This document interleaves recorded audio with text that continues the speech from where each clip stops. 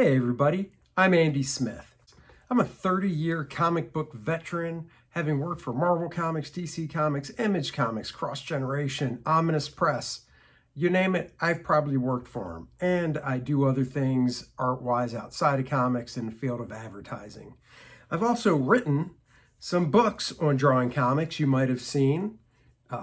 Drawing American manga superheroes, Drawing Dynamic Comics was my first book. And I also did the handy little How to Draw Superhero sketchbook where all you need is a pencil because you do all the work right inside the book. Enough about that. This is the Book Look series. The Book Look series is where I grab a book off my library. You can see the tons of books I have behind me. And I go through it page by page with you so you can see if it's a book that you might want to buy. I like to know what I want to buy before I buy it, and I feel this is a way to give you some insight into these books. So join me for today's book look. Thanks. Howdy everybody, Andy Smith here, 32-year veteran of the comic book industry. You saw the introduction, you know my stats and work experience. So today we're going to talk about Al Plastino. Who's Al Plastino, you say? He is one of the first Superman artists. This right here is a reprint from an issue of Superman from 1950 that Al did. I got to admit, growing up as a kid, this was not my cup of tea in regards to art style. But man, oh man, as I've gotten older and I look at this stuff, I just love it. I love the simplicity of it. I love the big barrel chest he gives Superman. And Tomorrow's Publishing, famous landing pose. Tomorrow's Publishing put out a book about Al Plastino that I thought we'd look through. An illustrated biography. Al was born in 1921.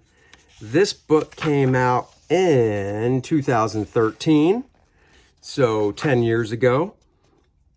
And it's just a nice retrospective of Al's work.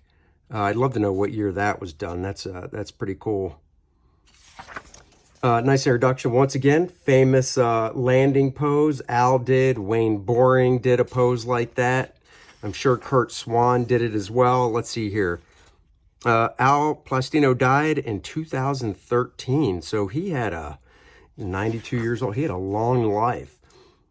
The book first talks about his dad, Frank, who was born in 1890, barely spoke English, talks about his mom and moving around. We've got some nice sketches here of horses that Al did. Man, those are really nice. I should look at those because I'm drawing Kor-Drath, The Reckoning, 76 pages of bombastic ball busting. Literally, if you watch my videos, you know what I'm talking about, or follow me on Twitter. Action, go check it out. Link in the description below. So Al didn't just draw comics. He was a kind of a fine artist as well. I mean, these are just great. Life drawings here that he did. Very nice here. And this was 2008. So look at that. Talks about the schooling and stuff. Some of his first work. Harry A. I love this Rocket Man right here. Let's see. Is there a caption? First two pages from the Rocket Man story, Scoop Comics number 3, 1942. So he was 21 years old. That is really cool. You know, I couldn't afford this book, but I've bought books because of splash pages before. I think that's pretty freaking cool. That's pretty cool. Is that Summer Novelty Press? Al signed covers. So he got to sign that cover. Volume 2, number 3. Look at this photo of George Tuska. I got to look back, see if I have a George Tuska book too. I'll have to do a book look on that if I haven't already. Got to look back. I've done so many of these book looks. If you're just joining me, go back through my videos and check out the book looks. I think you'll like them. You get to preview books that I pull off my bookshelf and go page by page. So if it's a book you want, you know what it looks like. The War Years. So this is cool. Al, Washington, D.C., 1942. Let's see. I'm not sure. I haven't read this in a long time. Not sure if Al was in the military or not, but he certainly drew some beautiful art featuring military stuff. That water is very Burn Hogarth looking. Two of young Alfred's schematics for his flying PT boat, showing how the wings moved and how they locked into position. Now that is cool. I mean, being able to do stuff like that is really cool.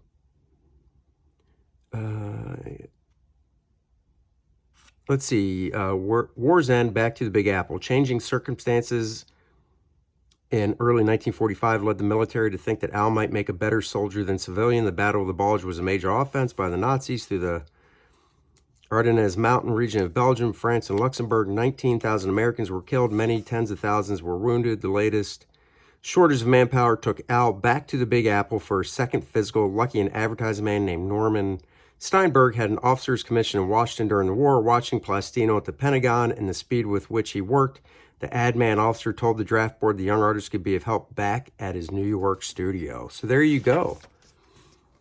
Who knew? Art could save you from going in. Some commercial work that Al did. I mean, just look how beautiful this drawing is. It's just so well drawn. I mean, he was just a fantastic artist. And like I said, it really is amazing to me as a kid that I just didn't really see it, because I was all worked up as a kid about flash and style. And of course, every artist has their style, but look at this. I love this. Silver Age Plastino, that was taken in 1963, so 42 years old. That is just, I mean, that is a bulky man right there. This is a Wayne Boring Superman right there. You know, there's never been a book about Wayne Boring that I know of. I would love to get one. And you can see from Al Plastino to Wayne Boring to Kurt Swan, their styles were really reminiscent, and it was like a house style. Kurt would eventually, you know, come into his own, and you could really point out Kurt's work. I also love these covers from the golden age of Superman. I mean, look at this. You're just like, I gotta buy that. What is Superman arguing with a baseball player for? Let's see. Action Comics number 306, the famous issue that had JFK in it, drawn by Al. I don't know how much that issue costs. I have to look. Press photo of editor Mort Weisenberger right here. Put a shirt on, would ya? 2011 commission when he was 90 years old. Wow. That is impressive. I hope to be able to do commissions at that age myself. A bevy of screen sirens with one Hollywood hunk thrown in for good measure. Al Plastino art from Jimmy Olsen, number 56. Well, Marilyn Monroe for sure. And Rock Hudson. And look at that. Is that Gina Lola Brigida? Nice. I might have to seek this issue out just for that. This one right here, Superman 53, was actually drawn by Wayne Boring, and it's the retelling of the origin of Superman. It's a 10-year anniversary issue. That is big bucks. I was lucky to find a reprint of it and in a trade paperback, which I just ordered cheap. So hopefully I'll be getting that soon. Al did dailies for Batman. Very cool. Nice and dynamic there. You know, very cool. He did a nice looking Batman. Nice shot of underdrawing here. Very cool. Very nice lighting on that face. I know Al did Superman dailies as well, and Sundays. Hopefully we'll get into some of those. Here's some scripts from some of the Batman stuff. So it's cool to see what a script looks like for a Sunday strip. Man of Action. Look at that. Age 57. Wow. It's so funny that back then, you know, you look at I do a show called The Professionals with my buddies Graham Nolan, Aaron Lepresti, Art Taber, Billy Tucci, Dan Fraga, and myself. And a few of us are creeping up on this age, and some of the professionals are older than this, and we all look younger. So, good eating, clean living, I guess. I don't know. Oh, look at that, newlyweds. How nice. I love this behind the scenes family stuff. I just think it's so cool learning about these guys. Painting Punching and Pirates, Peanuts Precision and Pantomime. Say that 4 times fast. So here he is doing some other dailies, some just doing backgrounds on stuff. So, I mean, Al had a very great career. Plastino's little-known unpublished rendition of Peanuts. So that's cool. Maybe Charles Schultz. Let's see. I did Snoopy for 1.5 years in case Charles Schultz died after heart bypass surgery. It was never used, and he never knew. Wow. Now, once again, I didn't pull this book off my shelf till just now, and haven't reread it since 2013, so that is cool. I mean, I would never know that wasn't old Sparky there, Charles Schultz. So that's pretty cool, and they never told him. Stating it was the most difficult thing he ever had to draw, Plastino got Nancy's chin just right in Sunday panel below. So look at that, drawing a little Nancy comic strip as well. What's this one? Ferdinand was probably the most autobiographical newspaper strip the artist ever drew. For instance, Alfred wrote and illustrated gags related to his passions for art, hunting, and golf. That's cool. So I guess he created that strip. Yep. Very cool. So look at that. He even created one. I know comic book artists now, me being one, that would love to have done a newspaper strip just to check it off their bucket list. And here, paintings even. I wish these were in color. Would have been nice to see.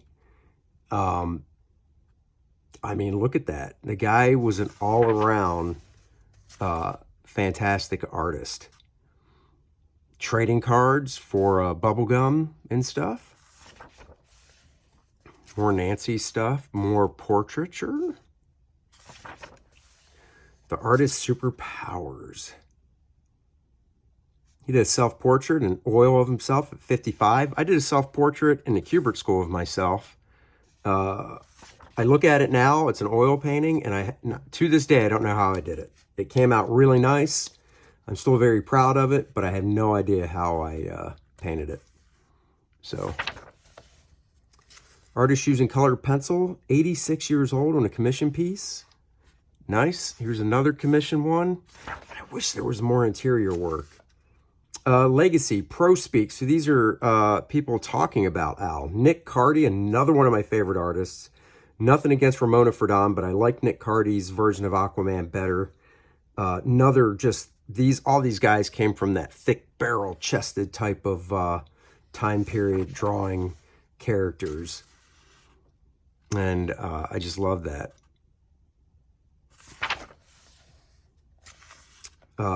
Carmine Infantino, John Bogdanov talking about him. Great Superman artists. I mean, not Carmine, but John. Jerry Ordway, definitely a great Superman artist there. Talking about him. Sketch by Lionel Francis Yu. Oh, so nice. So very Kevin Nolan, too. Just gotta love it. U.S. Royal. There was a lot of Superman in the look of U.S. Royal, who rode his jet-propelled bike to local emergencies and saved the day. Very cool. I have been able to do advertising stuff, so who knows, maybe when I'm older and if somebody wants to do a book like this about me, it'll have the advertising stuff I've done and the various things. Not only did Alfred successfully capture the President Kennedy's likeness, he made the image of astronaut John Glenn photorealistic. He sure did. That is great.